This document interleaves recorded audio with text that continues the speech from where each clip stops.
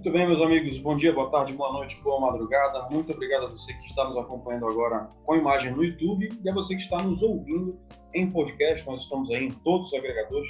Esse é mais um episódio do Abajur. Eu sou o Marcos Menezes. Eu já quero estar falando sobre um tema interessantíssimo que muita gente não se dá conta da importância nesse momento da pandemia em específico, né? Você tem acompanhado aí uma leva de episódios sobre as consequências jurídicas da pandemia. Nós já falamos sobre as consequências jurídicas da pandemia no direito constitucional, no direito administrativo, né, mais da parte de serviços públicos, no direito tributário, no direito digital, no direito médico, na justiça digital, no direito processual civil, e hoje eu quero estar falando com vocês sobre a atuação do Tribunal de Contas no período da pandemia, né, e todas as consequências desse papel importantíssimo de controle externo exercido, né, com o auxílio do Tribunal de Contas, né, e as suas funções cruciais aí, né, porque a gente vai chamar mais tarde de compliance administrativo, inclusive, né, e outras derivações importantes, né, dessa parte,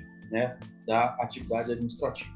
Muito bem, e para isso, né, para conseguir tratar desse tema com o carinho que ele merece, eu estou com 3 colegas queridíssimos, né, especialistas nesses assuntos, né, que vão me ajudar a elucidar esse tema para você que está nos assistindo e nos ouvindo, tá bom? Eu quero começar aqui apresentando a doutora Fernanda Couto, ela que é advogada pela OAB do Amazonas, com atuação em tribunais de contas e direito público, especialista em direito processual civil pela Universidade Federal do Estado do Amazonas, a UFAM, pós-graduanda em direito eleitoral também pela UFAM, criadora de conteúdo digital sobre advocacia em tribunais de contas e direito público, colunista do Direito Público em Ação. E aí, Fernanda, tudo bem? Olá, pessoal, tudo bom? Eu espero que estejam todos bem nesse momento de pandemia, distanciamento social.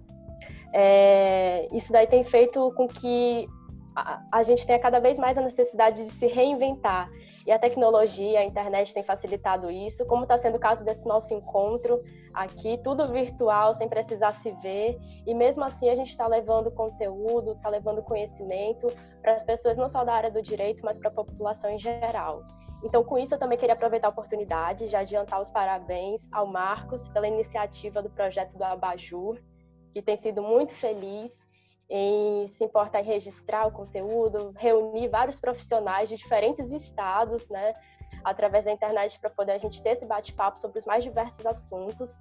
Então, parabéns, Marcos, pela iniciativa. Gostaria de cumprimentar também os colegas aqui do bate-papo de hoje, Dr. Rui Marcelo, que eu já acompanho o trabalho como procurador de contas do TCE Amazonas, a doutora Milene, conselheira substituta do Tribunal de Contas do Pará. É um prazer estar com vocês no bate-papo de hoje. E, mais uma vez, obrigada pelo convite. Bom, também está aqui comigo, como a Fernanda bem adiantou, né, a professora Milene Cunha, né, direto de Belém do Pará, ela que é administradora, especialista em Direito Público com ênfase em Gestão Pública, é mestre em Ciência Política pela Universidade Federal do Pará, UFPA, é auditora, é conselheira substituta no TCE do Pará e membro de diversas comissões no próprio TCE do Pará, docente universitária, em curso de pós-graduação, palestrante, coautora de livros da área, né, e mais várias atribuições aí nesse currículo extenso. Professora Milene, tudo bem? Primeiramente, eu gostaria de agradecer o convite, a iniciativa muito importante para trazer pessoas para debater, principalmente sobre esse tema, né, que está tão presente no nosso dia a dia quanto a questão da pandemia, que acaba nos obrigando a uma profunda reflexão, não só nas formas de relacionamento e interação com o próximo, mas também na própria ressignificação do nosso trabalho e dos instrumentos que a gente tem para realizar o nosso trabalho. Então, é uma honra para mim estar falando sobre esse tema aqui com pessoas tão importantes e capacitadas como a doutora Fernanda, como o doutor Rui. Então, mais uma vez, obrigada pelo convite. Estamos aqui à disposição. Muito bem. Também para fechar aqui a nossa bancada, né, ele que é nosso conterrâneo aqui de Manaus, o professor Rui Marcelo, procurador de contas do Ministério Público de Contas do Estado do Amazonas, especialista em Direito Processual Civil pela Universidade Federal do Estado do Amazonas, mestre em Direito Ambiental pela Universidade do Estado do Amazonas, ex-procurador do Estado do Amazonas, docente universitário, professor de Direito Administrativo e Ambiental em universidades, palestrante. E doutor Rui Marcelo, como vai? Olá, saudações fraternas a todos vocês que nos assistem. ao Marcos, né, pela iniciativa, nossos cumprimentos à Abajur, a Fernanda e Milene, nossas eminentes debatedoras aqui, companheiros de bancada. Nos colocamos à disposição, né, para analisar esse cenário complexo e desafiador que temos diante de nós, né, para cuja solução, para cujo encaminhamento é necessário realmente dialogar, né, trocar ideias, assim por meio de iniciativas como esta, né, que propiciam um efervescer de um pensamento que poderá avançar o nosso olhar, né, o horizonte mais amplo de possibilidades para navegarmos neste período que é realmente de algumas limitações e obstáculos, né, que suscitam a atenção de todos os operadores do direito, enfim, todos os estudiosos de um modo geral, a sociedade deve se interessar. Estamos aqui para somar e servir. Muito bem, meus amigos. Então, para nós começarmos aí o nosso bate-papo do Abajur de hoje, né, eu quero estar trazendo para a nossa audiência, né, um esclarecimento mais exato de como que o Tribunal de Contas está sendo afetado nesse período da pandemia, né, se a gente fizer uma comparação com o cenário pré-pandemia. Então, a primeira pergunta que eu lanço para vocês já de cara é exatamente essa, né? De que forma os trabalhos do Tribunal de Contas, né, e podemos aí até incluir, embora estejamos falando aqui, né, com quem lide, né, com tribunais de contas estaduais, podemos aqui também incluir um TCU da vida, né, de que forma que os trabalhos do Tribunal de Contas foi afetado, né, pela pandemia. Eu jogo a pergunta pro ar aqui, quem quiser responder primeiro responde, os demais podem comentar. Posso responder então? Pode, claro. Claro. Então, assim, aqui vou falar inicialmente do Tribunal de Contas do Estado do Pará, né? A gente foi afetado em duas frentes, né? Tanto no trabalho interno, né, do Tribunal de Contas do Estado, quanto no seu aspecto externo da sua relação com o jurisdicionado. Então, o Tribunal de Contas aqui do Estado está numa fase de implementação do processo eletrônico. Então, essa fase ainda não está totalmente concluída e, num primeiro momento, a gente teve muita dificuldade, né, em função das determinações de isolamento. Belém também passou por um período de lockdown, então tudo precisou ficar fechado, de modo que nem mesmo os plantões e as equipes que foram formadas para realizar esses plantões poderiam, de certa forma, atuar. Então, assim, diante desse cenário, o tribunal teve que acelerar um pouco esse processo, né, de digitalização e virtualização do seu trabalho. Não só para permitir a comunicação e o fluxo de informação e comunicação entre os auditores de controle externo, conselheiros substitutos e membros do Ministério Público de Contas, como também para disponibilizar para o jurisdicionado ferramentas de acesso que fossem pelo meio virtual, né? Precisamos fazer também reajuste de prazos processuais, novas formas de protocolo. As sessões que até então eram exclusivamente presenciais passaram a ser, até uma semana atrás, exclusivamente virtuais. Agora a gente está fazendo uma sessão um pouco mista, já tomando os cuidados para retomada gradativa dos trabalhos, né? Isso sem contar também de todas as medidas necessárias, né, higiênicas, sanitárias, que o tribunal precisou adotar para garantir uma prevenção maior dos servidores.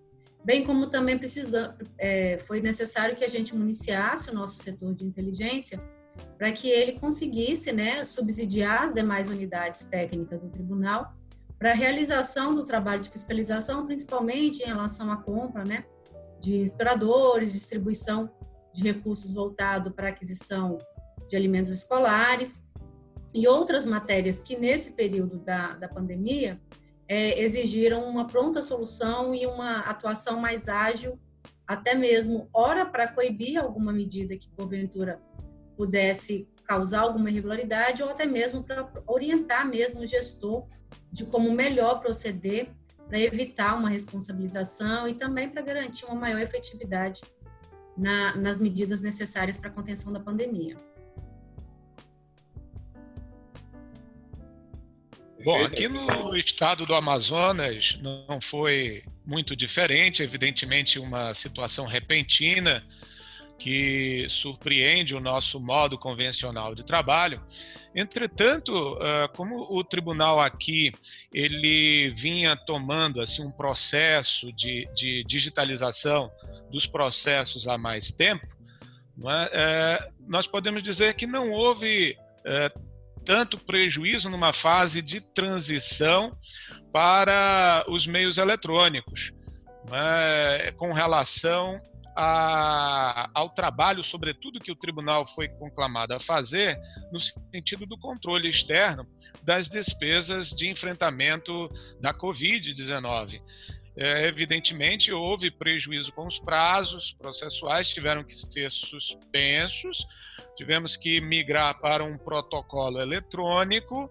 Entretanto, isto não prejudicou a continuidade do serviço em home office, com amplo acesso ao sistema processual, que nos permitiu, então, tanto no âmbito do Ministério Público de Contas, quanto no setor técnico, bem como o colegiado, continuarem as suas atividades. Nós formamos, inclusive, um grupo especial de procuradores e de auditores para o acompanhamento, né, paralelo a todas as finanças e atos de gestão relativos à pandemia e outros nesse período. Então, nós estamos em home office, nós estamos, com isso, conseguindo desempenhar o nosso trabalho. Evidentemente, as inspeções programadas para este período não puderam ocorrer, né? Pela segurança aos servidores, eles permanecem em casa à espera do arrefecimento da pandemia, a fim de que possam se deslocar e fazer aquele exame indispensável que anualmente é realizado, a chamada inspeção in loco, para subsidiar os trabalhos de auditoria e julgamento de contas anuais. Mas eu vejo como um período de muito trabalho em que o tribunal se adiantou, o Tribunal de Contas do Estado do Amazonas, e não demorou muito para dar continuidade às sessões plenárias pela videoconferência, e inclusive com um pioneirismo de transmiti-las via YouTube, via Instagram, via Facebook, as redes sociais todas passaram a aportar essas audiências e com grande participação popular, né, e transparência como desejava. De modo que, falando de coisas boas, assim, eu quero destacar realmente esse mérito, essa virtude aqui que tivemos. Eu tenho a impressão que eu tenho trabalhado o dobro, viu? Eu também tenho sentido isso. Também tenho sentido bem isso.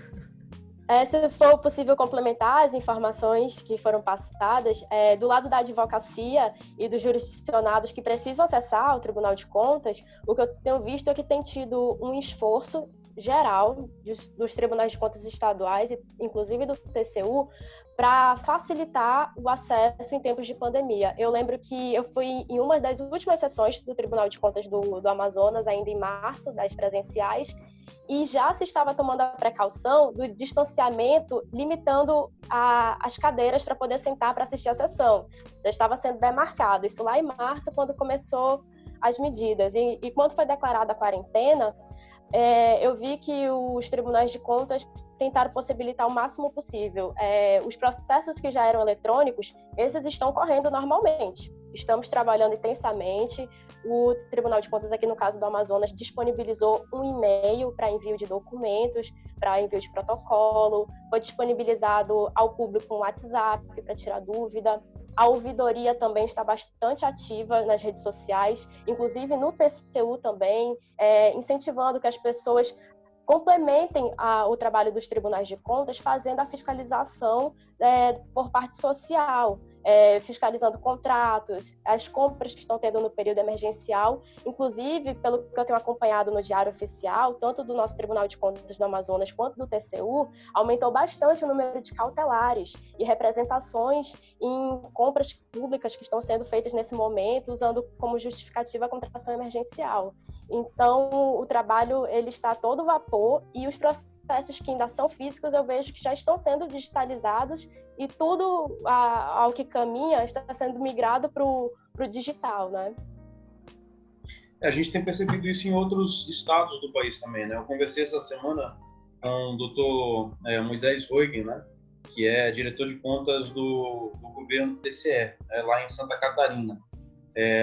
E até eu convidei, né, para participar conosco, infelizmente não foi possível, né? E o cenário que me parece que a gente tem lá em Santa Catarina, por exemplo, também, e a gente consegue vislumbrar isso em outros estados, é exatamente o de que essa adaptação foi mais simplificada em função de esse processo eletrônico já ter sido implantado, já estar implantado há alguns anos. Infelizmente, a gente tem alguns estados ainda que carecem dessa digitalização de processo, né? A doutora Milene trouxe aí o cenário do Pará, por exemplo, e me parece que no Nordeste, né, a gente também tem alguns estados com um pouco mais de dificuldade nesse sentido, né? Mas, de uma forma geral, me parece que o Brasil, num panorama geral, está bem avançado nesse aspecto de digitalização dos processos em sede de Tribunal de Contas, né? E nessa leva, eu quero já emendar a próxima pergunta para vocês, exatamente no sentido dessa adaptação que existiu do período pré-pandemia para o período da pandemia, né? O contato do advogado com o Tribunal de Contas, o contato das partes eventualmente envolvidas em processos, né, de controle, né? Esse contato, né, com o Tribunal de Contas, ele, em razão do distanciamento social, do isolamento social, ele também teve essas adaptações facilitadas pela digitalização do processo? Houve algum tipo de adaptação? Como é que vocês visualizam as diferenças do cenário pré para o cenário durante a pandemia? No caso do Tribunal de Contas do Estado do Pará, no primeiro momento da pandemia, os processos que foram relatados, né, nas sessões virtuais, eles foram basicamente processos que não requeriam notificação, ou seja, ele prescindia de manifestação de procurador, né, de algum advogado, de responsáveis, ou por aí vai. Mas a última duas sessões atrás, nós tivemos adaptação nessa sessão virtual para permitir a presença do responsável, do seu procurador, para a realização de defesa. Então, isso também foi feito, né, pelo meio virtual, e desde a semana passada, quando o Tribunal de Contas retomou gradativamente algumas atuações presenciais, então a gente tem ainda alguns membros operando no nível virtual e outros já participando na sessão, com o distanciamento adequado, e nessa sessão, a presença do advogado que vai fazer a defesa ou mesmo o responsável, né? Paralelamente a isso, o Tribunal de Contas abriu, né, um canal de comunicação com os advogados por meio de WhatsApp, por meio de e-mail e também por meio da própria ouvidoria do Tribunal de Contas. Então, criou-se um formulário eletrônico quando é publicada a pauta de julgamentos, no caso. Os advogados preenchem esse formulário, né, com a manifestação para poderem realizar a defesa em uma respectiva sessão. E aí, a partir desse formulário, a equipe do tribunal entra em contato para dar a ele todas as orientações, suporte necessário para a participação na sessão virtual e realização dessa defesa, né? Então, assim, esse canal de comunicação tem sido por esse meio. Quando é imprescindível a audiência do advogado com algum relator, né, seja conselheiro ou conselheiro substituto, ele pode realizar o agendamento e aí a gente adota as medidas de proteção necessárias para poder realizar a audiência, mas sempre fazendo um juízo daquilo que realmente seja imprescindível para a realização dessa audiência. Então, a gente está nesse momento agora de cautela realmente e um retorno mais gradativo das atividades, né?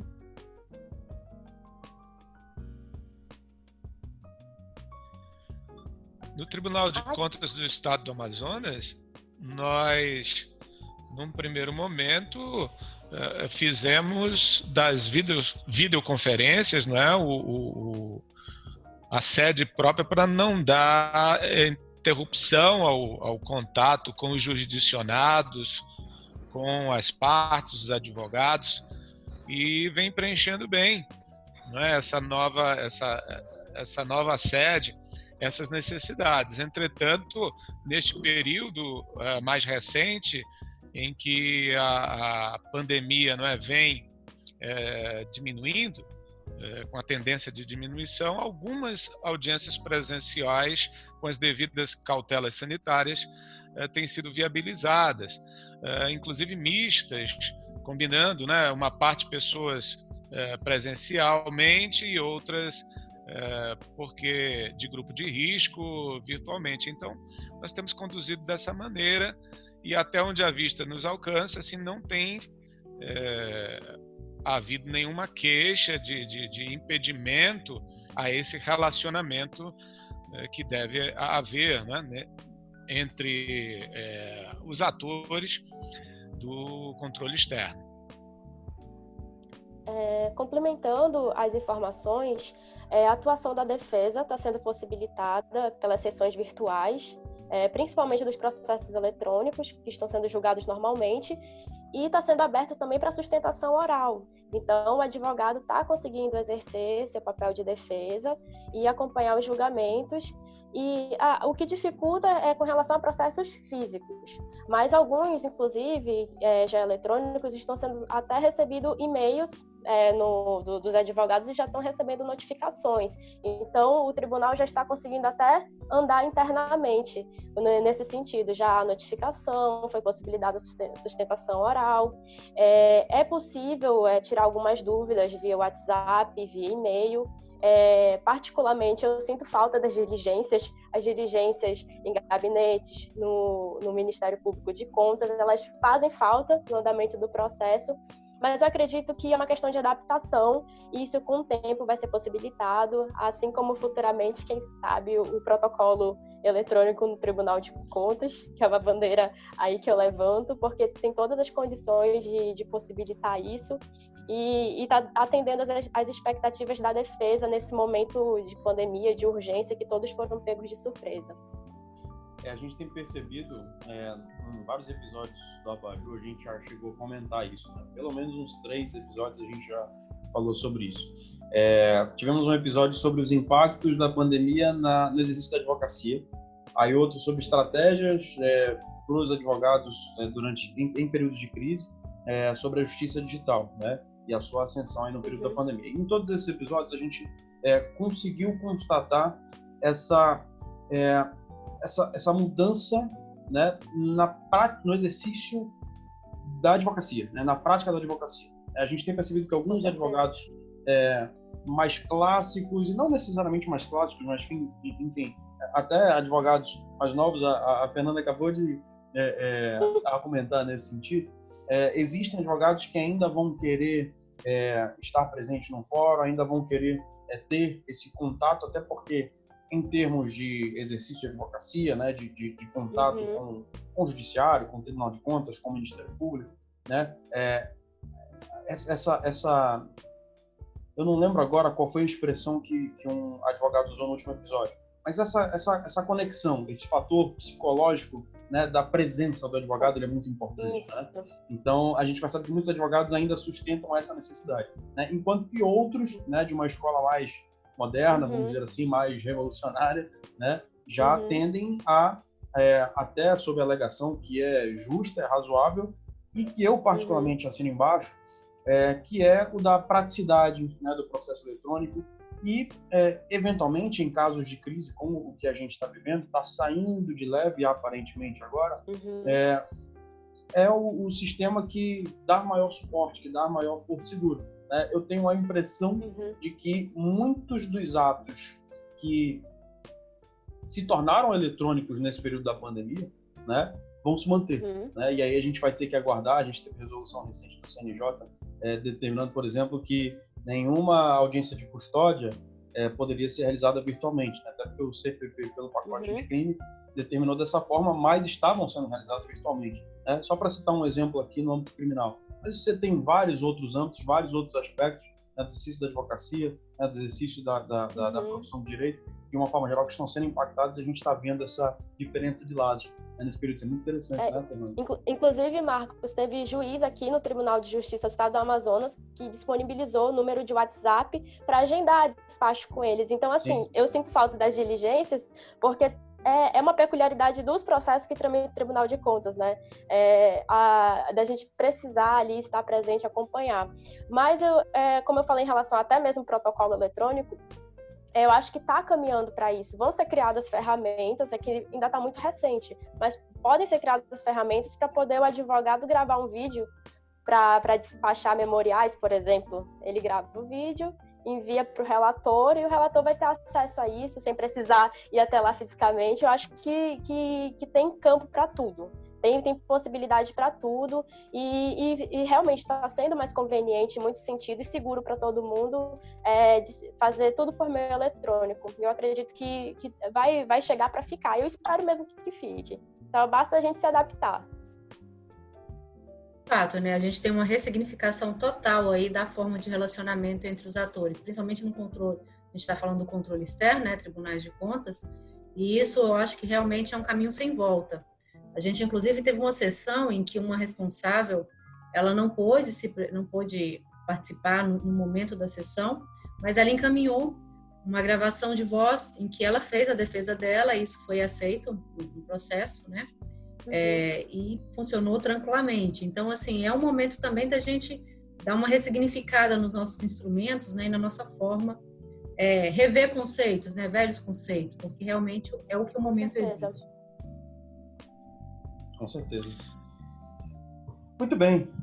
Bom, gente, passando agora para um tema mais quente aqui, mais polêmico da pandemia, queria tratar com vocês aqui sobre o controle dos gastos públicos decorrentes, né, da pandemia, né, e de toda a necessidade que a pandemia gerou, né, de combater, né, e de criar mecanismos, né, criar um aparato estatal, né, com influência, evidentemente, no direito privado, para combater, né, a pandemia, para combater o coronavírus. Eu quero saber de vocês o seguinte: como é que essa fiscalização pelos órgãos de controle, né, sobre os gastos, como é que essa fiscalização está sendo feita, né? Como é que ela está sendo praticada, sobretudo focando na questão da contratação direta, né, desse período em que, em razão da emergência, em razão de colapsos de sistema de saúde Brasil afora, a gente teve a questão da requisição administrativa, por exemplo, né, que, enfim, a lei do SUS já previa isso em 1990, mas a lei do combate ao Covid foi lá e fez questão de reiterar isso, né? Inclusive comentamos isso aqui também. Pergunto a vocês, como que está sendo essa fiscalização, sobretudo nesses casos de contratação direta? Aqui no estado do Pará, a gente tem feito várias orientações com o governo do estado para aumentar, né, o índice de transparência dos sistemas e também dos portais de transparência, para que permita ao tribunal realizar o acompanhamento das requisições pelo governo do estado por esse meio virtual, já que não dá para a gente fazer o acompanhamento presencial, né, por assim dizer. Então, o tribunal ele tem atuado também em rede, né, com outros agentes e outros órgãos do controle aqui do estado. Aqui no estado do Pará, a gente tem uma rede de controle da gestão pública paraense desde 2015, que funcionam os 3 tribunais de contas que atuam aqui no âmbito do estado, no caso, a seccional Tribunal de Contas da União, Tribunal de Contas do Estado, Tribunal de Contas dos Municípios. Atua também todos os ministérios públicos, né, e outros órgãos, como a própria Controladoria Geral da União, a Advocacia da União, e outros órgãos que acabam formando aí uma rede que divide informações para que a gente possa tentar otimizar o nosso trabalho.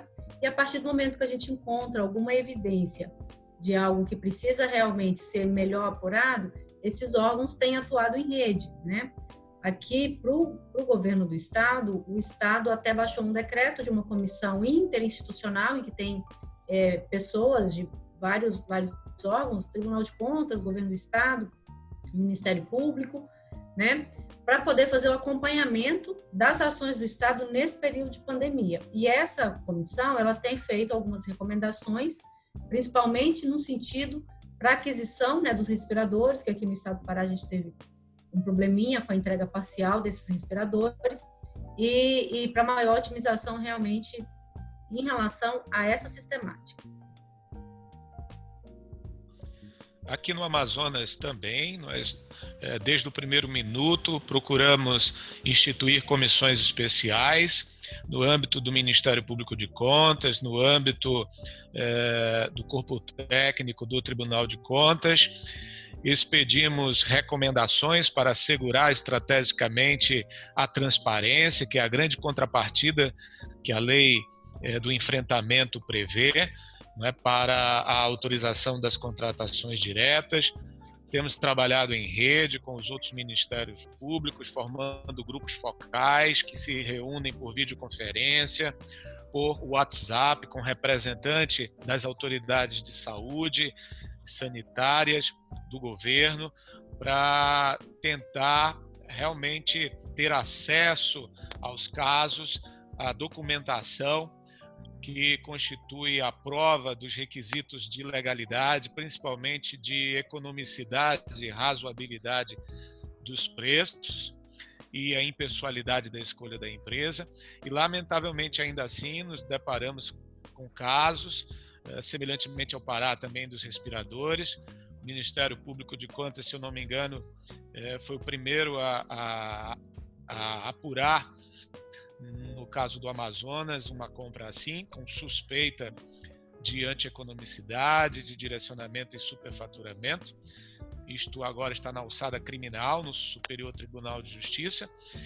E de lá para cá, vamos atuando assim, unindo esforços com os diversos órgãos de controle, verificando pela transparência disponível os casos, né, suspeitos, e realmente tem aparecido casos não raros assim de suspeita, para dar trabalho para a doutora Fernanda, né, e aos advogados no tocante à configuração, não, porque nós não achamos que seja assim muito simples a questão dos preços, né, num cenário de pandemia. Evidentemente, a alta de preços é algo compreensível, esperado até certo ponto, mas precisamos peneirar, e esse todo o esforço do controle externo ao lado dos demais órgãos, aqueles casos em que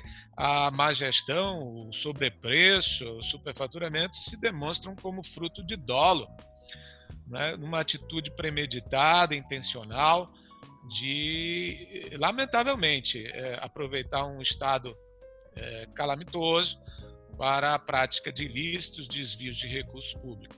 Então, esforço nosso para separar o joio do trigo, evidentemente sabendo as dificuldades enfrentadas pelo gestor, mas sem abrir mão do princípio da prestação de contas e da transparência, que nos permite, né, atuar mais prontamente diante do fato ilícito.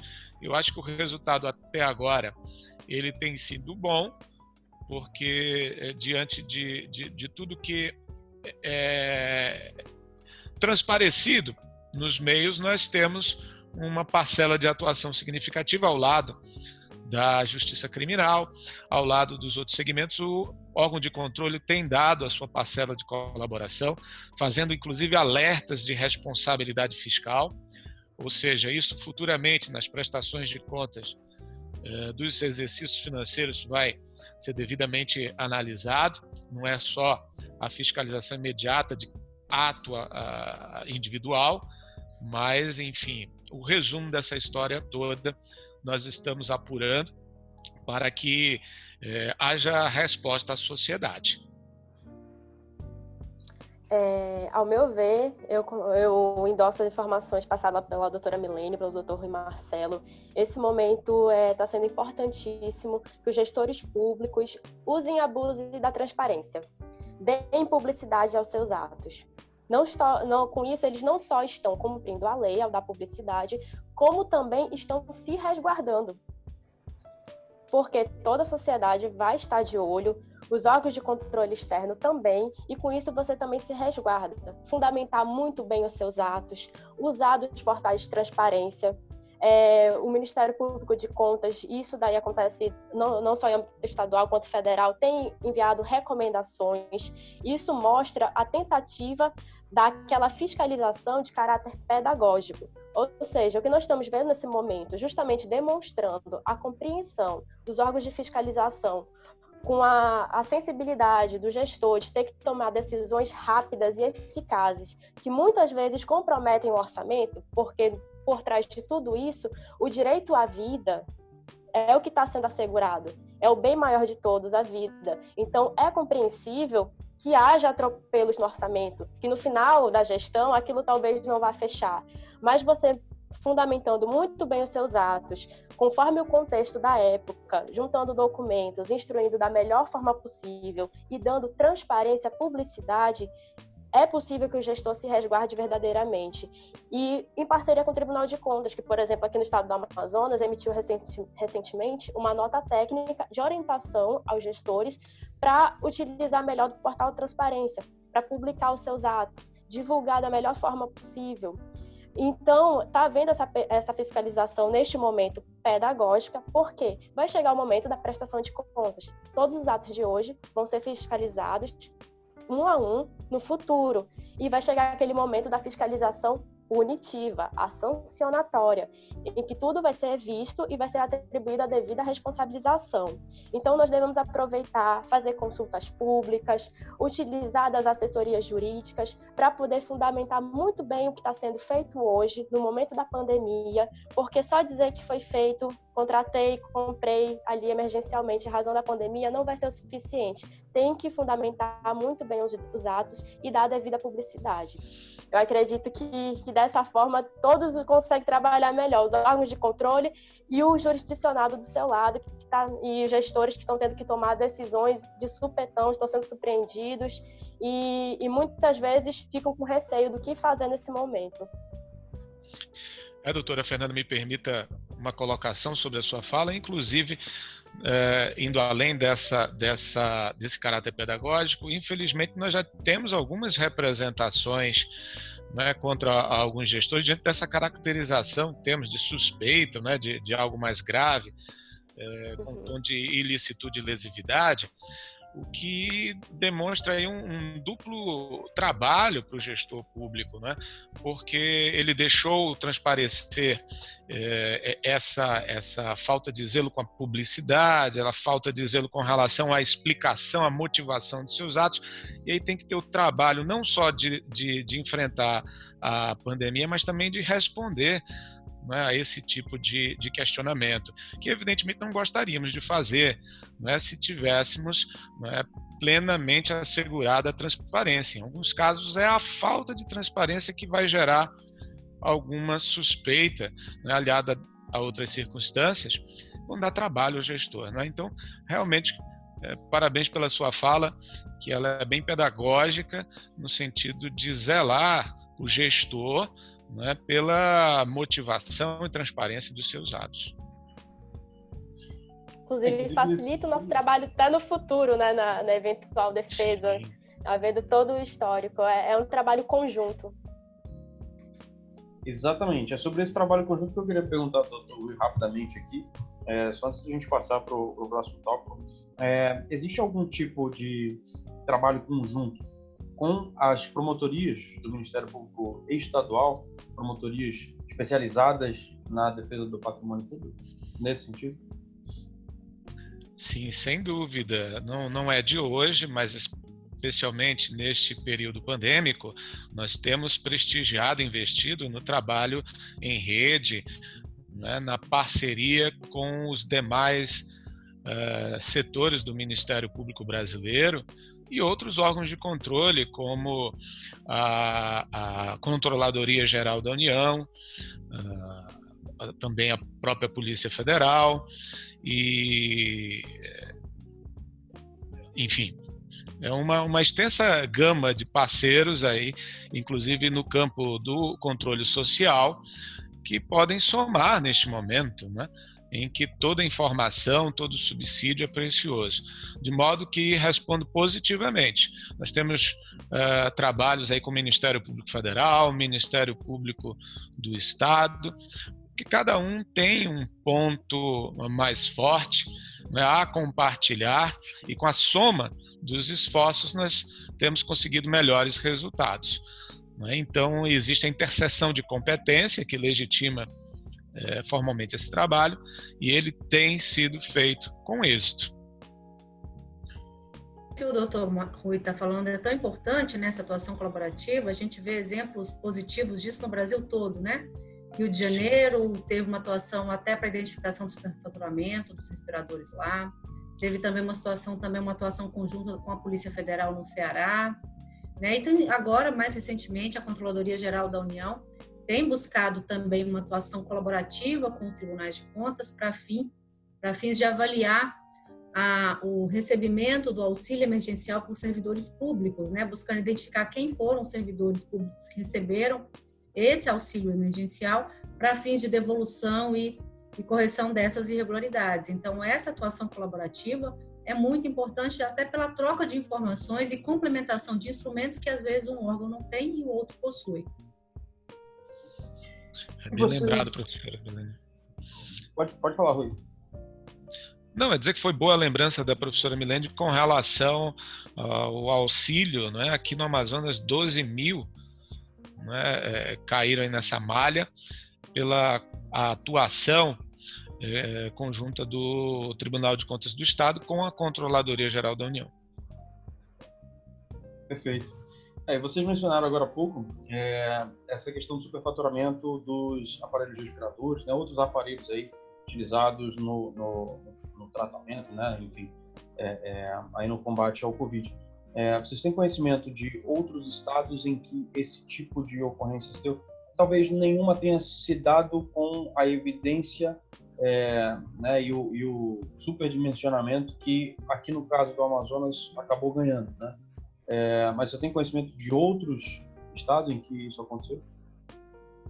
Sim, né? Como eu acabei de citar, aconteceu no Rio de Janeiro, aconteceu no Ceará e aqui mesmo no estado do Pará, nós também tivemos problemas com a compra dos respiradores, porque chegaram sem a especificação que havia definido na aquisição, bem como também com pagamentos com indícios de superfaturamento nesses respiradores, e uma outra situação também de respiradores que foram recebidos sem que pudessem ser aplicados aqui no estado do Pará, com problemas em relação à questão da voltagem, adaptação, ou seja, a rede do estado não teria como colocar esses respiradores para funcionar, pois eles vieram do exterior, né? Então, a gente também teve algumas situações aqui relacionadas a isso. Desculpa, pode falar. Se pensa em Pernambuco também houve um caso bastante... Que acabou tendo uma repercussão maior, né? Isso, exatamente. Então, isso se deve também a uma falta de percepção aí do tipo de respirador, né, do aparelho. Não é? Nós, apurando essa ocorrência, num primeiro momento, né, nós não tivemos a perfeita consciência quando nos debruçamos tecnicamente sobre o produto, né, pudemos identificar a necessidade aí de uma especificação técnica rigorosa no projeto básico, em termos de referência, a fim de que não se comprasse gato por lebre, né? Porque existe tanto o aparelho de uso doméstico, né, quanto aquele... Para uso de UTI, né? Para UTI, exatamente. Isso fugiu aí um pouco da vista. Segundo os gestores que se consideram vítimas de algum tipo de troca de aparelho no fornecimento. Mas, logo atentos para essas questões técnicas, nós vimos, né, isso propagar em outros casos brasileiros e, felizmente, não se multiplicou, né? Não se multiplicou e houve uma pronta reação aos casos. Perfeito. A gente teve uma situação em São Paulo também, o Tribunal de Contas Municipal de São Paulo, eu lembro disso. Não tem nem muito tempo, acho que tem, não sei se um mês, menos até. O Tribunal de Contas Municipal de São Paulo, né, que é uma das poucas cidades que tem Tribunal de Contas próprio, né? Enfim, o tribunal constatou que no período da pandemia, né, nos meses desde março para cá, nesse período da pandemia, o município, a prefeitura, gastou mais com subsídio a empresas de ônibus, né, empresas de transporte coletivo, né, urbano, do que no período pré-pandemia, né? Houve uma justificativa depois da prefeitura do estado de São Paulo, né, mas me parece que as contas não estão batendo tão bem quanto a justificativa. Não vou entrar aqui nas questões políticas, mas, enfim, é outro exemplo que é importante a gente mencionar também. Bom, e aí eu quero perguntar de vocês o seguinte. A doutora Milene mencionou controle social. Qual a importância do controle social sobre esse tipo de ocorrido, como esse que a gente acabou de elencar aqui, nesse período da pandemia? O controle social fundamental, né? Não só nesse período de pandemia, mas em qualquer situação. Aqui no estado do Pará, a gente teve uma situação bem emblemática em relação à efetividade do controle social, que se deu justamente na questão dos vales, né, alimentação, que o estado distribuiu como forma de substituir, já que foi suspensa as aulas aqui no âmbito do estado, a questão da alimentação escolar. Aqui no estado do Pará, e acredito também que o estado do Amazonas tenha uma particularidade muito similar à nossa, nós temos aqui muitas famílias que são famílias ribeirinhas, né, e que a dificuldade de acesso à escola acaba sendo bem dificultosa, e até pela vulnerabilidade que muitas dessas famílias vivem, às vezes a alimentação da escola acaba sendo a principal refeição do dia. Então, a política da merenda escolar aqui no estado, ela tem uma relevância muito grande, né, não só para a política educacional, mas para a própria política assistencial também, né? Uma acaba tendo uma influência na outra. Então, quando houve a suspensão das aulas, né, e a definição da quarentena, o Estado do Pará, até seguindo a orientação do FDE, acabou fazendo a aquisição de vales, né, e distribuindo esses vales para as famílias. Porém, aconteceu de que algumas famílias não estavam recebendo, né, os valores estavam bloqueados no cartão, porque a empresa que havia sido contratada para fazer a gestão desses recursos, não estava repassando o valor para as famílias, então elas tentavam ir até o supermercado, fazer a aquisição, né, do valor correspondente e não conseguiam. E aí, nesse sentido, o controle social foi fundamental, por quê? Porque houve uma mobilização dos pais, né, da sociedade como um todo, para exigir uma pronta solução. Então, a solução para este problema não partiu necessariamente da iniciativa de um órgão de controle que atuou. Claro que o órgão de controle atuou no momento, mas a iniciativa, a gênese realmente para esse movimento de solução, partiu justamente do controle social por meio das redes sociais, né, por meio do protesto das famílias, para que a solução fosse prontamente restabelecida, né? Então, diante desse contexto de pandemia e de isolamento, o controle social é muito fundamental, porque é quem está mais próximo e está vivenciando realmente ali os reflexos da política que está sendo aplicada, né?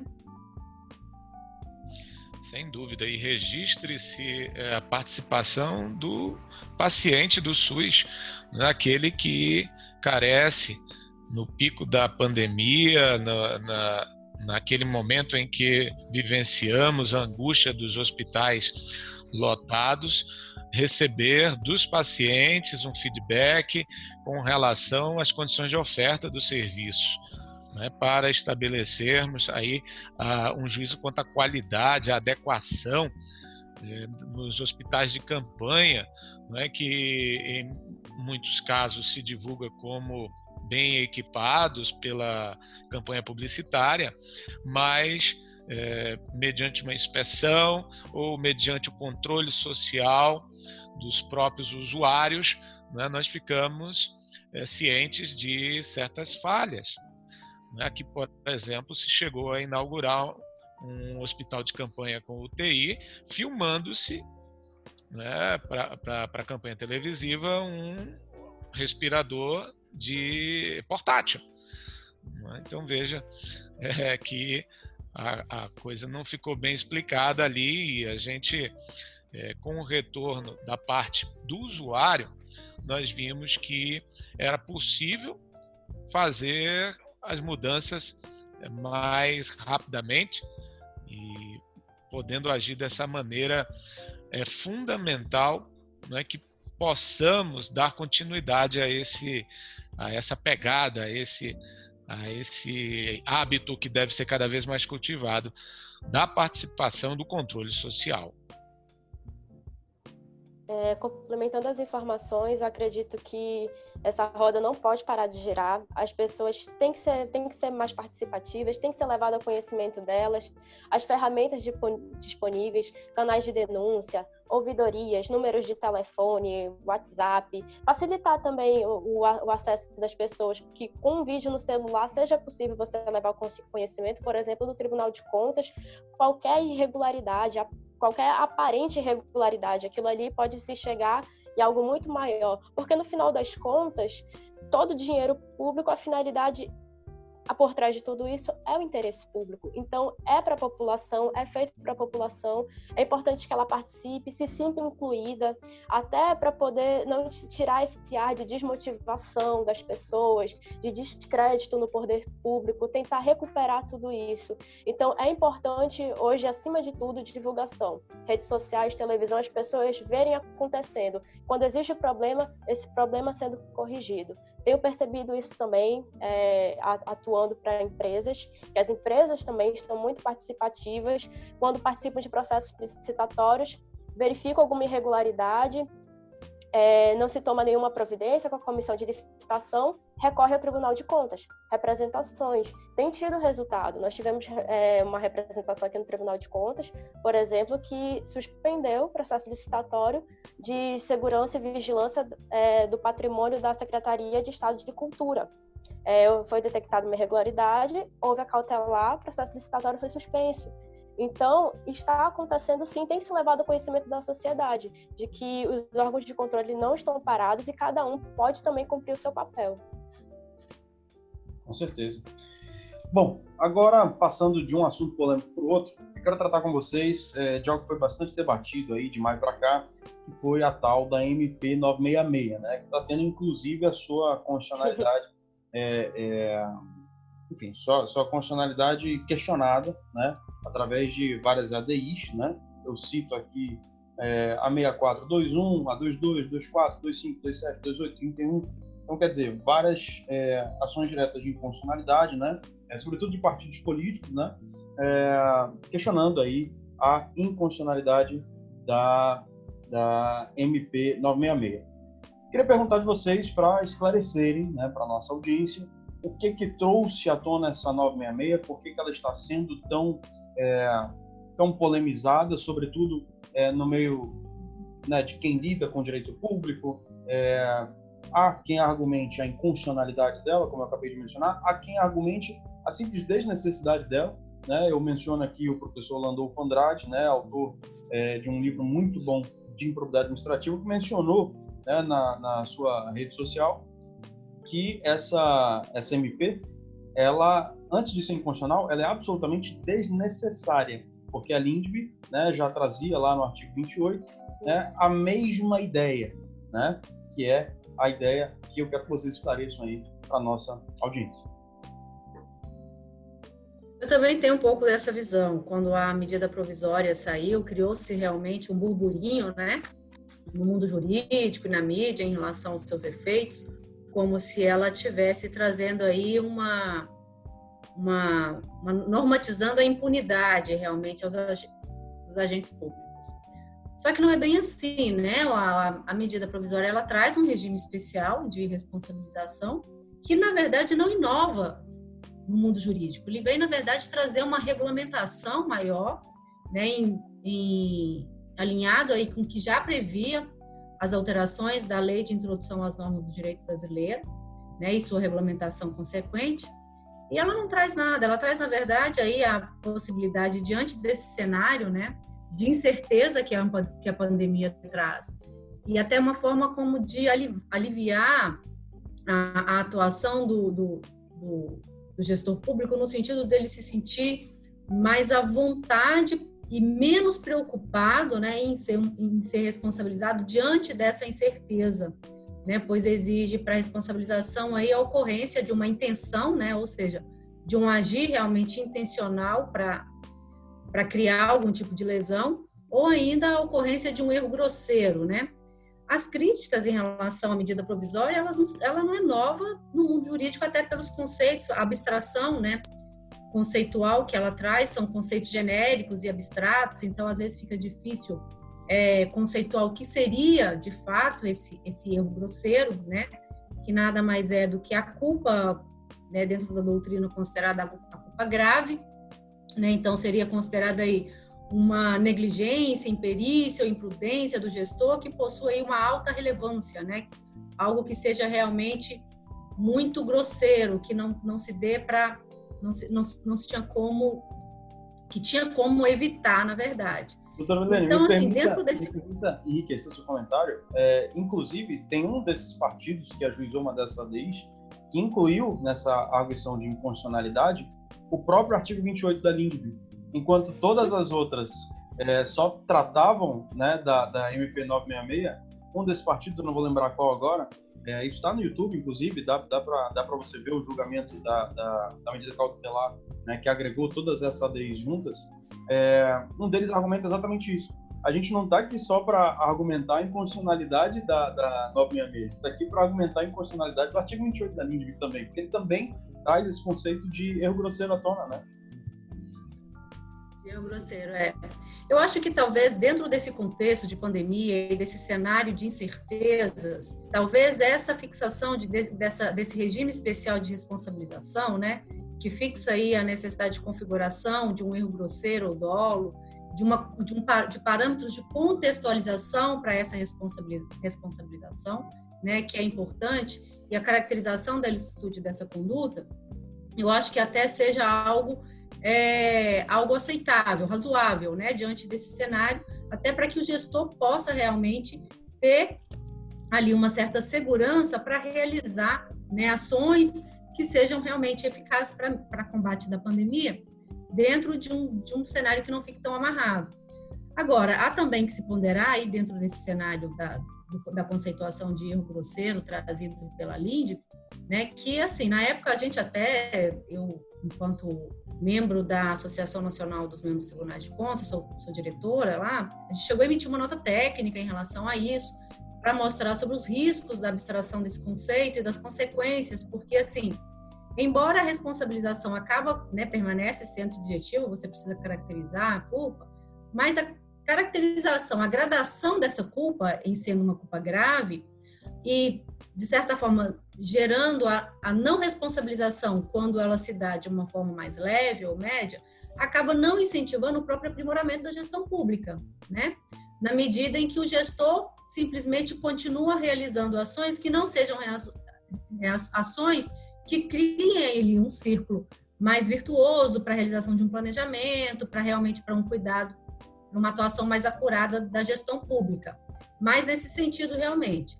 Mas eu acho que dentro do cenário de pandemia que a gente vive hoje, e se tratando de um regime especial e excepcional, eu não vejo a medida provisória como esse alarde todo que é divulgado, que foi divulgado na mídia, porque isso não traz nada de novo para o mundo jurídico, né? A responsabilização continua sendo feita, a ilicitude continua sendo passível de responsabilização, né? Tanto, claro que a medida provisória só traz reflexos para o âmbito administrativo e civil, né? Até porque a medida provisória não pode trazer nenhuma responsabilização no âmbito penal, mas assim, ela não inova significativamente no mundo jurídico. Eu acho que isso não inviabiliza a atuação da administração e dos órgãos de controle para buscar essa responsabilização, claro, considerando, né, esse aspecto da necessidade dos parâmetros de contextualização para poder gerar uma maior responsabilização dentro da medida, a partir da aplicação da medida provisória, né?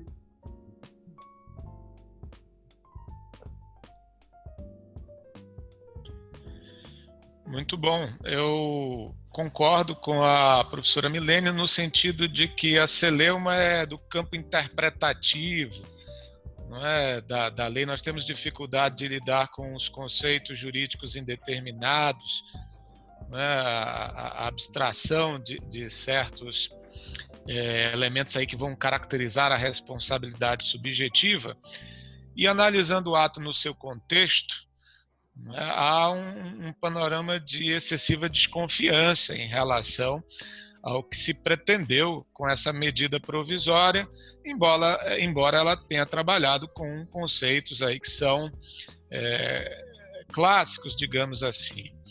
Agora, mesmo no campo dos conceitos clássicos, isso nos remete a uma dificuldade que me acompanha assim durante toda a minha vivência profissional, sobre o qual eu acho que temos de promover uma revisão dos métodos processuais, que é a questão da aferição dos elementos subjetivos da culpa grave do dolo.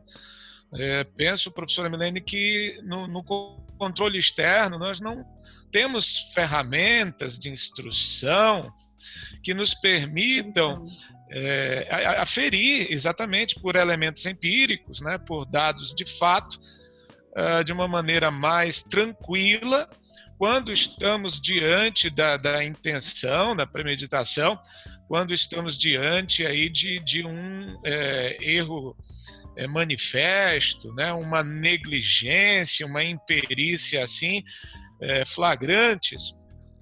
Então, nós precisamos nos preparar melhor para isso. Eu penso que o Supremo Tribunal Federal dá uma contribuição quando, pelo menos, norteia a interpretação da norma para afastar o perigo maior, não é? Que é a possibilidade de, em nome de uma incerteza científica própria do período de pandemia, se dá uma mensagem de permissibilidade, de isenção de responsabilidade aos gestores. Eu lembro que na época da edição da medida provisória já tínhamos a grande polêmica da cloroquina, não é? E diante disso, não é, uma investida, uma tentativa de padronizar a utilização desse medicamento, mesmo diante da incerteza com relação à sua eficácia, que me parece que persiste até hoje. E então, realmente nós temos que repensar esses institutos para saber como melhor delineá-los no nosso campo de atividade, para que a incerteza científica não distancie, por exemplo, a precaução. Me afinando aqui com a medida cautelar do Supremo Tribunal Federal, que julguei prudente, enfim, necessária em relação a essas balizas, né, para não dar uma conotação de que, como é pandemia, como há uma incerteza, tudo pode, não é, ser validado em termos de decisão administrativa, quando, na verdade, nós sabemos de um imperativo, mesmo nesse contexto, de decisões informadas por estudos, ainda que mínimos, que estejam disponíveis, um certo grau de informação pelos preceitos jurídicos que possam ser técnicos e jurídicos, possam ser aplicáveis, para exigir do administrador uma motivação inafastável em relação à razoabilidade da decisão que tome. Então, eu acho que no campo da interpretação, nós tínhamos que pôr realmente comentários, freios a essa medida provisória, embora realmente no seu texto eu também não veja nada de novo, nada de necessário.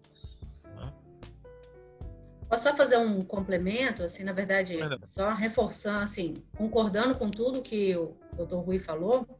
Eu acho que a questão da repercussão da medida provisória, ela está mais no campo do momento, né, da oportunidade política, né, porque, como ele disse aí, num cenário de desconfiança, então talvez politicamente não fosse o melhor momento para se editar a medida provisória, né, pois acabou acirrando ainda mais e gerando uma desconfiança maior quanto à finalidade dela.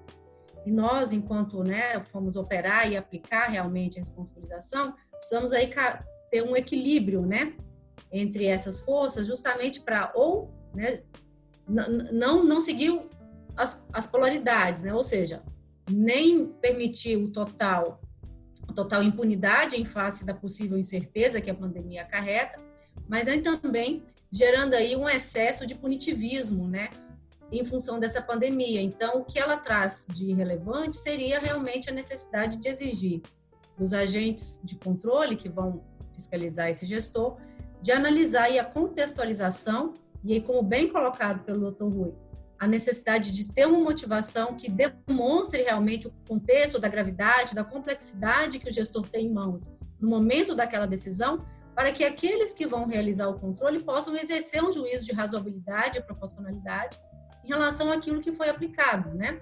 Até porque, caso não haja motivação, e considerando que um processo, às vezes, de controle, ele não será julgado nos próximos meses, às vezes vai ser julgado daqui 1, 2, 3 anos, quer dizer, pós-período de pandemia, né, dentro de um outro contexto, dentro de uma outra realidade, então é importante que isso esteja lá fundamentado para que esse juízo de razoabilidade seja feito mais próximo realmente da realidade que o gestor tinha em mãos no momento da decisão, né? Então, eu acho que é justamente isso, buscar esse equilíbrio de interpretação para chegar o mais próximo da justiça possível, né? Tanto do ponto de vista da sociedade, que é a destinatária dessas decisões, quanto do ponto de vista do gestor, que assume a responsabilidade ao tomar a decisão, né? Quero muito ouvir a Fernanda sobre isso. Antes eu vou passar pelo professor Rui, que tentou intervir agora. Eu quero só incluir na discussão o chamado doutrinariamente direito administrativo do medo. Assim que o doutor Rui concluir, já quero que a Fernanda emende a resposta dela, respondendo a seguinte pergunta: seria a MP 966 uma manifestação desse chamado doutrinariamente direito administrativo do medo? Professor Marcelo, por favor.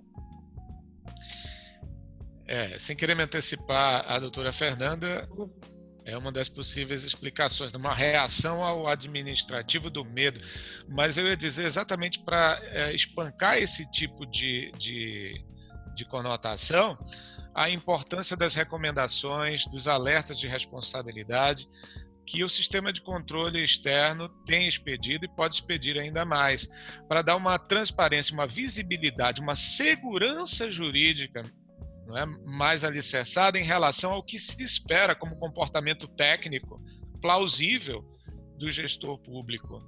Não é porque pode haver um campo muito grande, não é, para você ter dúvidas sobre o melhor comportamento em virtude de uma situação repentina, extraordinária, inesperada. Mas, sem dúvida, haverá certas condutas marginais que se pode evitar, esclarecendo para que não se alegue a ignorância antecipadamente. E nós vimos isso, não é? As nossas, por meio das recomendações e alertas, o gestor de antemão, por mais que ele tenha uma deficiência de assessoramento técnico, ele já sabe pelo próprio controlador o comportamento mínimo plausível, exigível por esses instrumentos, ao lado das clássicas resoluções, não é, que os tribunais de contas já expedem de longa data.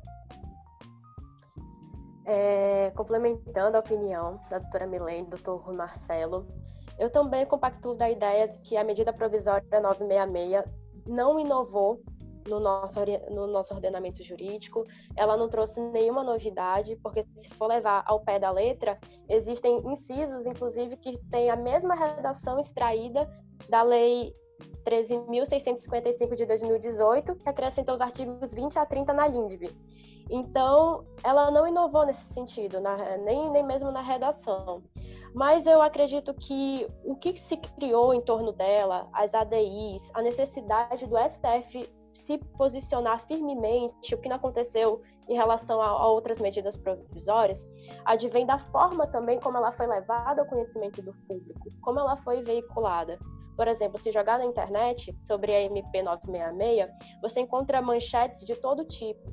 Portais de notícia, enquanto o STF diz que a medida relativizou a responsabilidade dos gestores, Tem portais de notícias que dizem que ela isenta o gestor de responsabilidade, outros dizem que ela protege o gestor em face da responsabilidade, o que não é verdade. Nós temos outras leis, exemplo da própria lei de improbidade.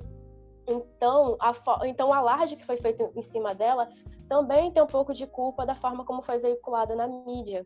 Então, por isso, houve essa necessidade do STF se pronunciar a respeito.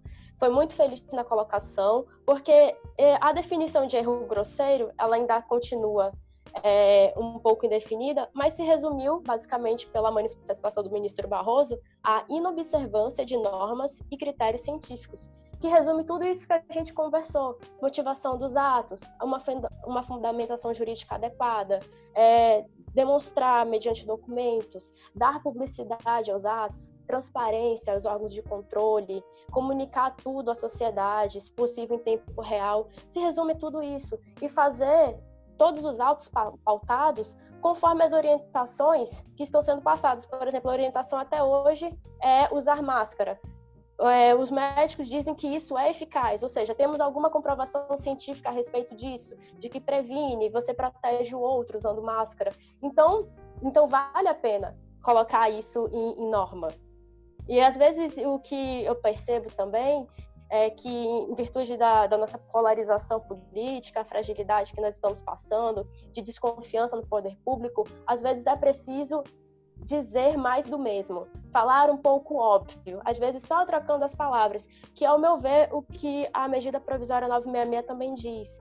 Eu ouvi de colegas que eles falaram a responsabilização pela opinião técnica. Isso não recai uma responsabilidade maior em cima do parecerista? Eu vi isso. Mas só que, na minha humilde opinião, a responsabilidade pela opinião técnica, ela sempre existiu, sempre foi muito séria. Pareceres têm que ser muito bem fundamentados, dar todos os cenários possíveis para o gestor público, porque nem sempre ele vai ter a formação jurídica para poder avaliar se aquela saída é legal ou não, porque os gestores estão presos ao princípio da legalidade e ele não foi afastado nunca, em hipótese nenhuma medida provisória deixou a legalidade de lado. Então, essa responsabilidade ela sempre existiu, e o que está se fazendo, eu acredito, através dessas disposições transitórias, é tentar dar algum terreno firme para o gestor se sentir seguro para poder agir no momento que ele precisa agir.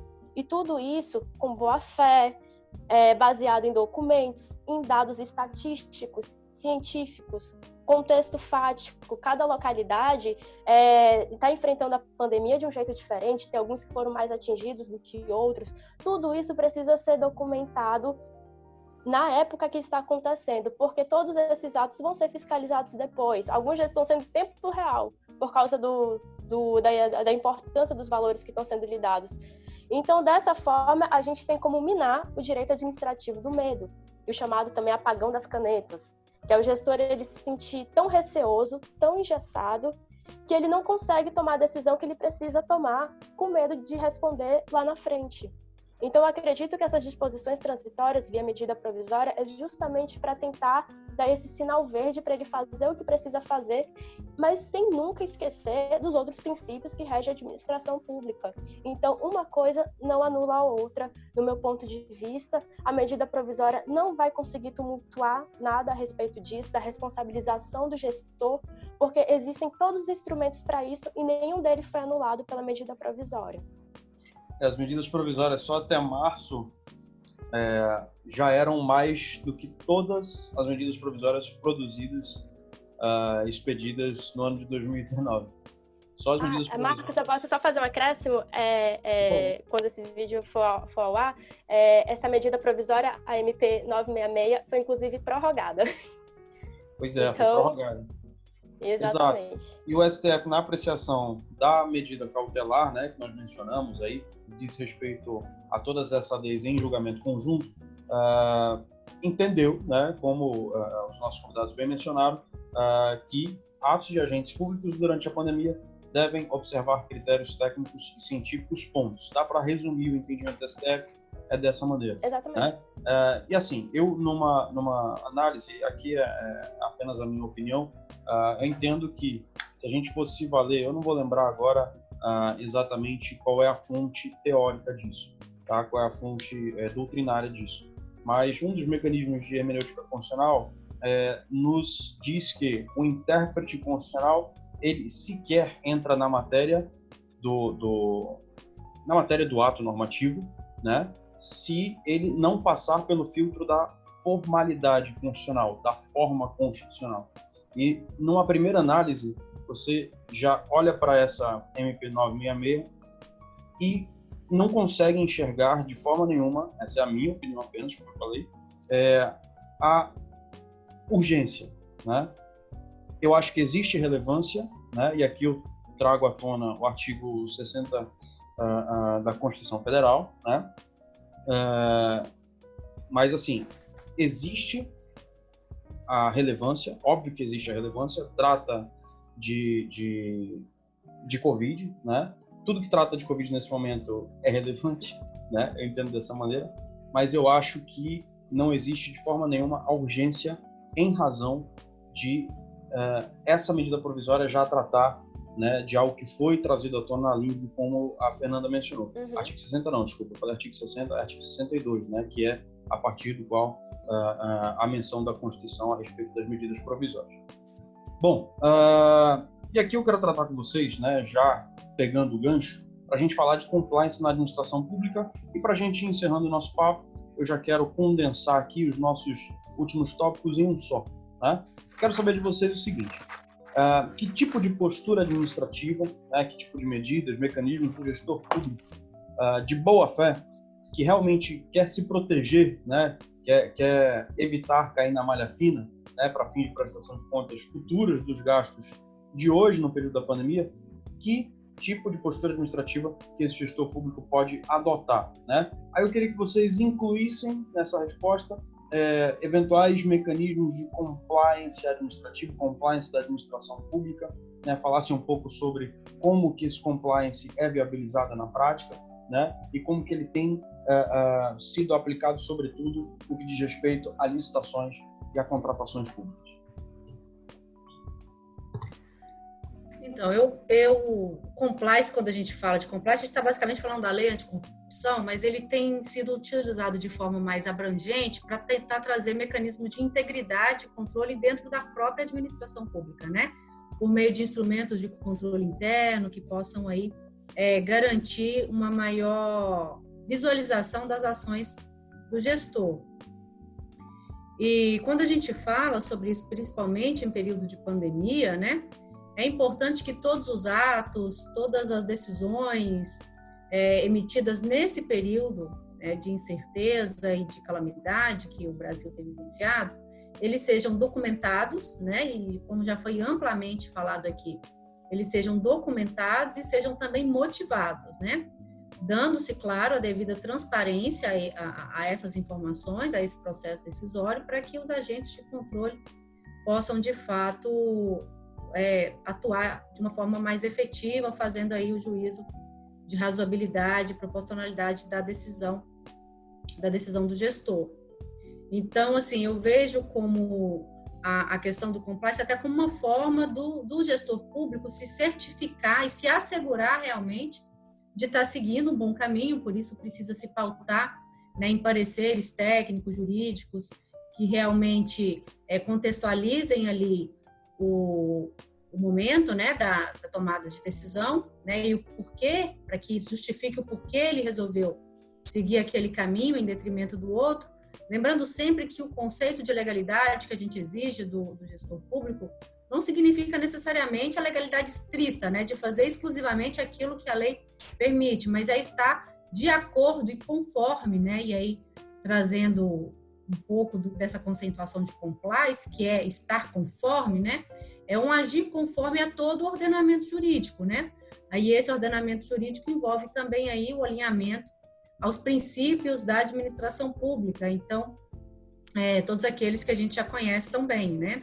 LIMP, quando a gente fala de aquisição de produtos e contratação da administração pública, a gente também está falando sempre da busca pela contratação da melhor proposta para a administração pública, ampla publicidade, né, vinculação a instrumento convocatório, para que a gente realmente possa para que o gestor possa se assegurar e o controle possa realizar o seu papel. É sempre bom também, só pegando um ganchinho do que você falou sobre a questão do direito administrativo do medo, né, apagão da caneta, ou a crise de ineficiência que se atribui ao controle, né? De fato, o controle é natural, é a essência do controle criar realmente uma certa entrave, uma certa fricção ali burocrática nesse procedimento, porque faz parte do processo. Então, é importante também que, ao conhecer disso, o gestor possa calibrar o sistema, né, e o seu processo decisório pelo conhecimento disso. Então, a gente também não pode simplesmente culpar o controle por realizar o seu papel. Até porque a gente está dentro de um sistema, né, dentro do nosso ordenamento, e principalmente considerando aí todo um aspecto cultural, sociológico da própria sociedade brasileira, né, em que a gente tem um alto grau de desconfiança em relação ao outro, em relação à postura política, em relação à postura do gestor. Então, acaba que assim, há um excesso realmente, às vezes, de formalismo e de burocracia, até oriundo dessa desconfiança, né? Então, a gente determina e cria instrumentos tendo como base de que aquilo de fato vai acontecer. Isso faz parte do processo de formação cultural da própria sociedade brasileira, né? Que precisa aí passar ainda por um processo de evolução para que a gente consiga diminuir esse formalismo. Mas já ciente disso, conhecendo tudo isso, é importante realmente que tudo nesse período agora de pandemia, né, seja documentado, né, e motivado para que, quando do momento da prestação de contas, se atente realmente a tudo que é necessário para que realmente haja aí um juízo de valor, né, um juízo valorativo da ação do gestor, mais próxima realmente à justiça e à realidade do que se era exigido dele nesse momento.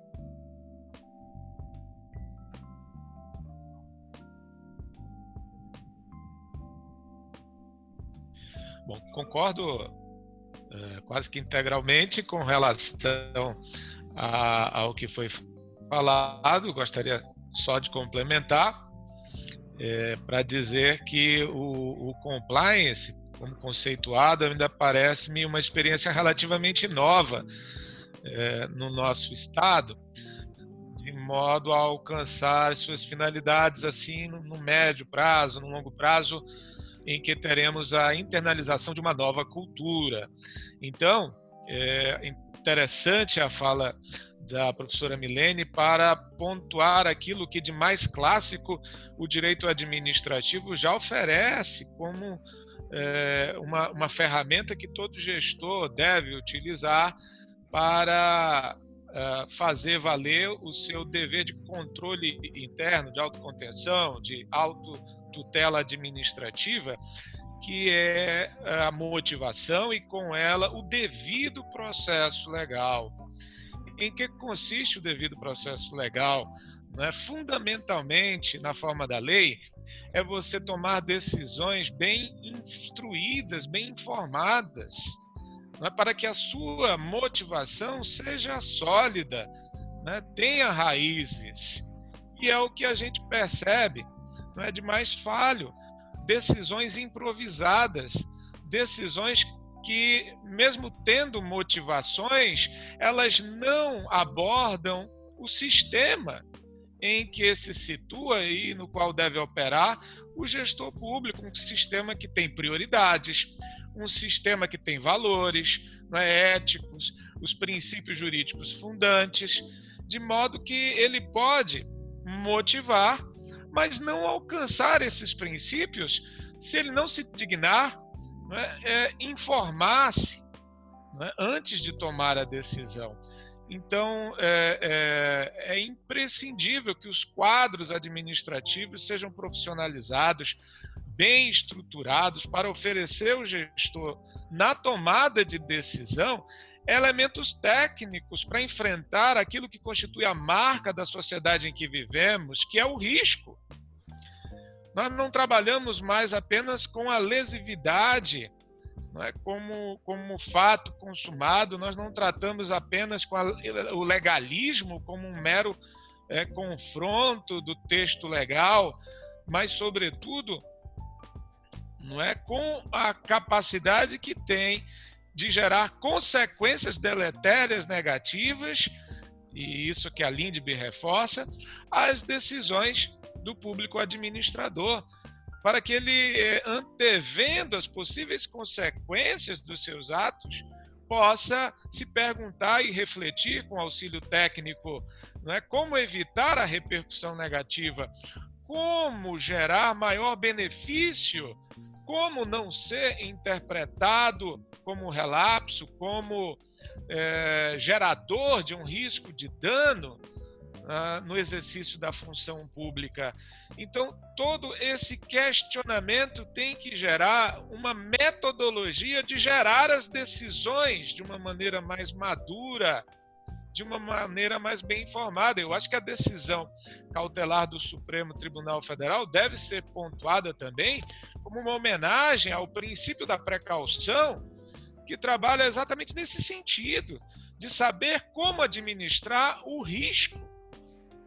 Porque, em muitos casos, é o que se tem no campo da gestão pública.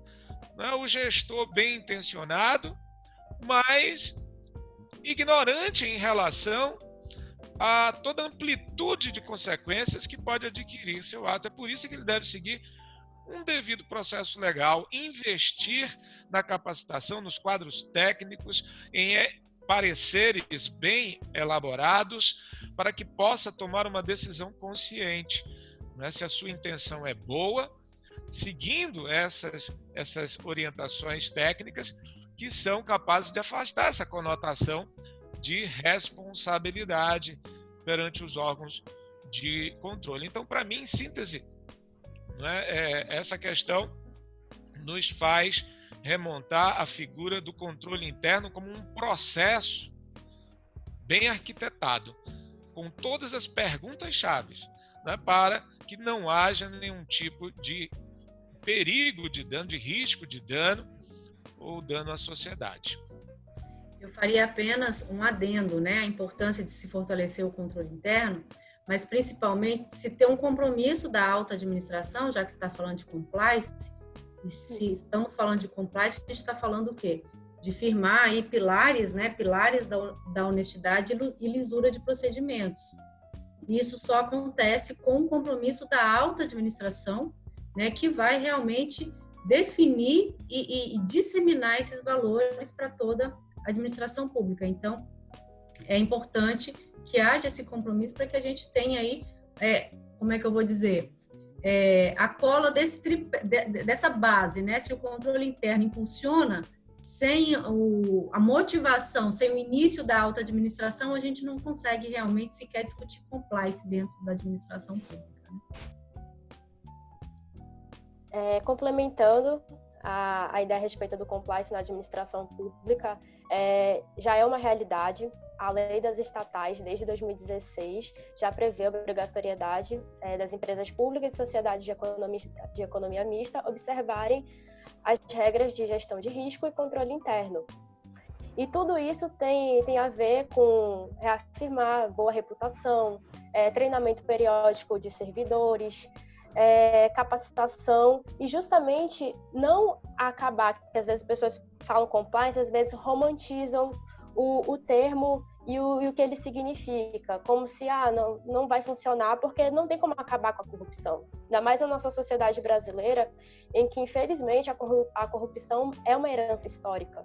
Ela está arraigada na sociedade, mas assim como em várias outras. Então, dizer que vai acabar com a corrupção é utopia. Isso não vai acontecer, porque até mesmo nas sociedades mais desenvolvidas não tem como corrigir desvio de caráter.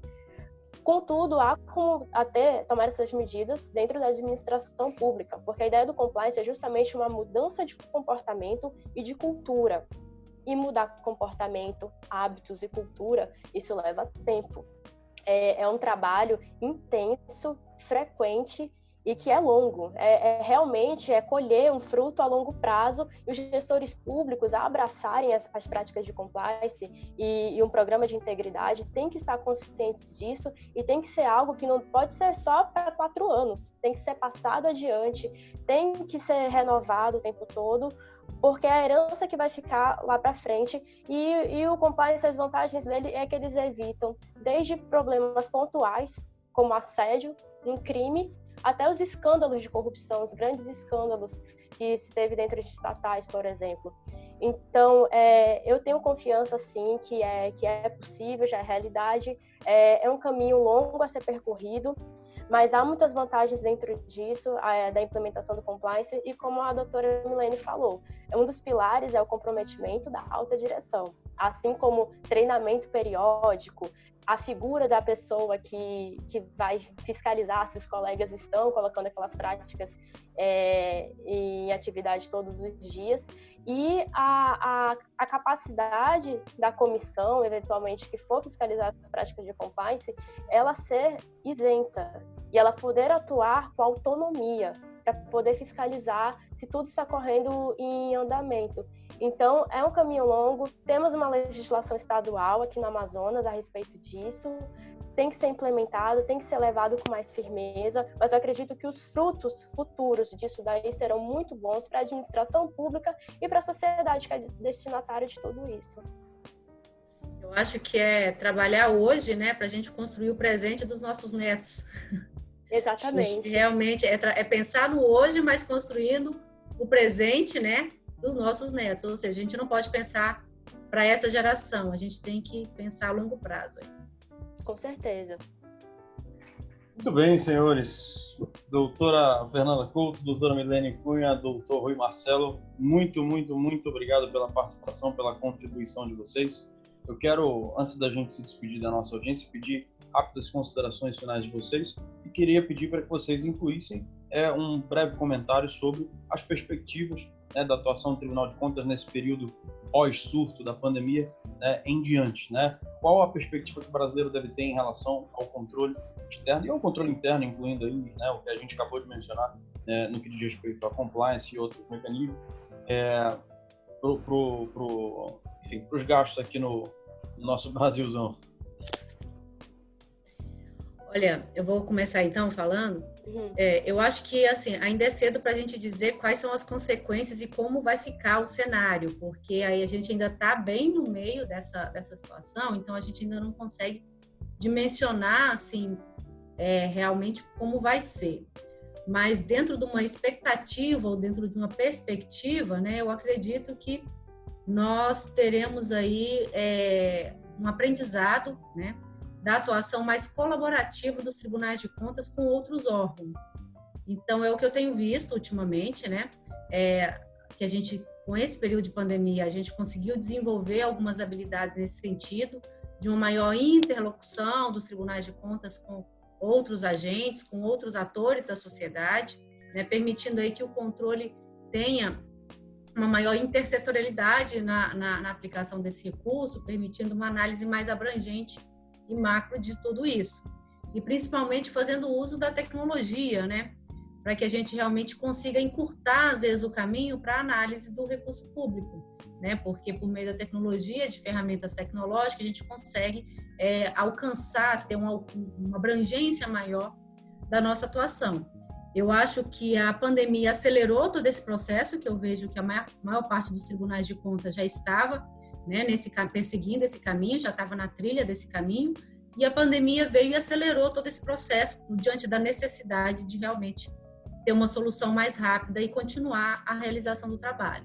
Então, eu vejo que, passado esse surto, a gente vai ter aí um salto qualitativo na atuação do controle externo, na medida em que a gente vai ter novas ferramentas, para alcançar uma maior efetividade do nosso trabalho, bem como também o desenvolvimento de novas habilidades, não institucional, quando eu falo de habilidades, habilidades institucionais nesse sentido de atuação mais em rede, mais colaborativa e de dar uma resposta mais pronta e ágil para a sociedade. Essa é uma expectativa, já que a gente está falando aqui em termos de expectativa, uma vez que ainda vivenciamos esse momento de incerteza e turbulência que a gente tem encontrado. Falar também nesse sentido da expectativa, considerando que se avizinha, não é, a segunda onda, chamada a onda econômica, em consequência da pandemia, não é, já com prognósticos pessimistas de queda de arrecadação, nós esperamos que o controle externo possa entrar na trilha da discussão da prioridade alocativa de recursos orçamentários. Que diante dessa crise financeira do Estado, nós possamos cada vez mais trabalhar no sentido de destacar aqueles gastos que são prioritários em razão de mandamento constitucional, previsão no PPA e na LDO. Né? E com isso, né, separar o que é despesa legítima, despesa ilegítima, porque essa conta não vai fechar facilmente, né? Vai faltar dinheiro. Nós temos aí, então, um grande desafio pela frente de orientar, né, os gastos e a sua qualidade para a gestão pública brasileira, né, num período de decisões econômicas, de reforma fiscal e tributária, que vai exigir muito de nós, inclusive na orientação sobre a melhor política a ser adotada. Eu acho que, sobretudo, o Tribunal de Contas da União tem esse papel, já vem desenvolvendo com as suas auditorias para fazer certas leituras na macroeconomia, na questão cambiária, da política fiscal, para que o Brasil possa navegar nesses dias tormentosos aí de crise financeira. Que assim seja. Que assim seja. Complementando as considerações, eu acredito que nós vamos tirar bastante lição de tudo que aconteceu, em todos os campos, em todas as áreas. O sistema de saúde foi gravemente atingido com a pandemia. Isso leva em consideração, colocou em xeque o nosso ordenamento jurídico, a burocracia de certos procedimentos. Por isso houve também a necessidade de acelerar, de permitir formas mais rápidas de contratação, e tudo isso alinhado com a segurança jurídica e resguardando também os recursos públicos, para não haver excesso.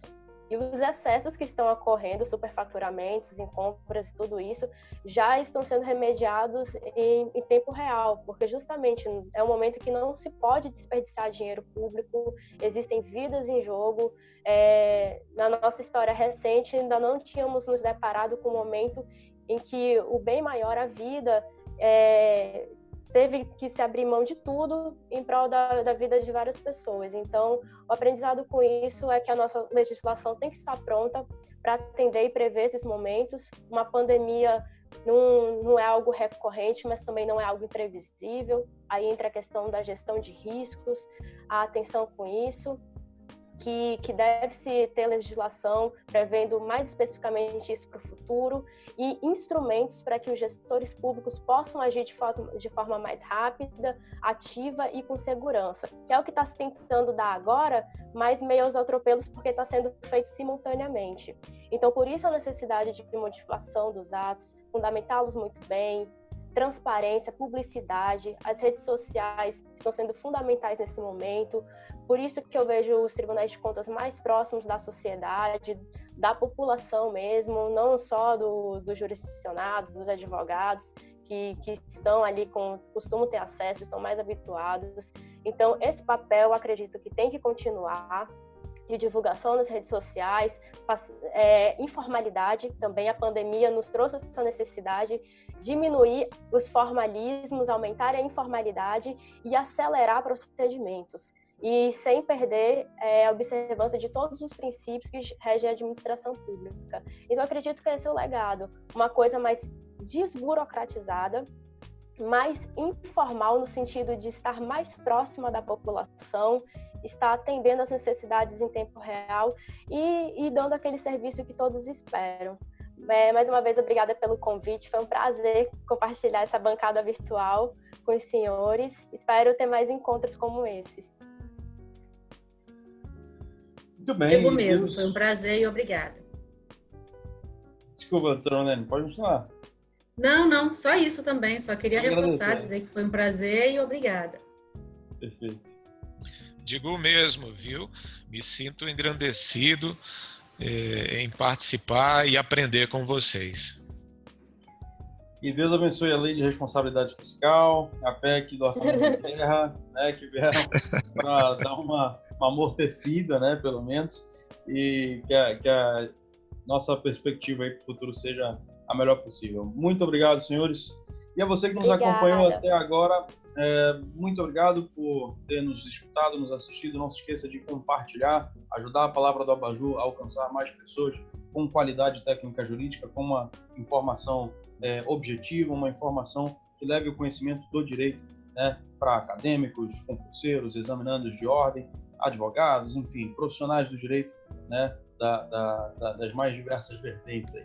Muito obrigado e até o próximo episódio do Abajur.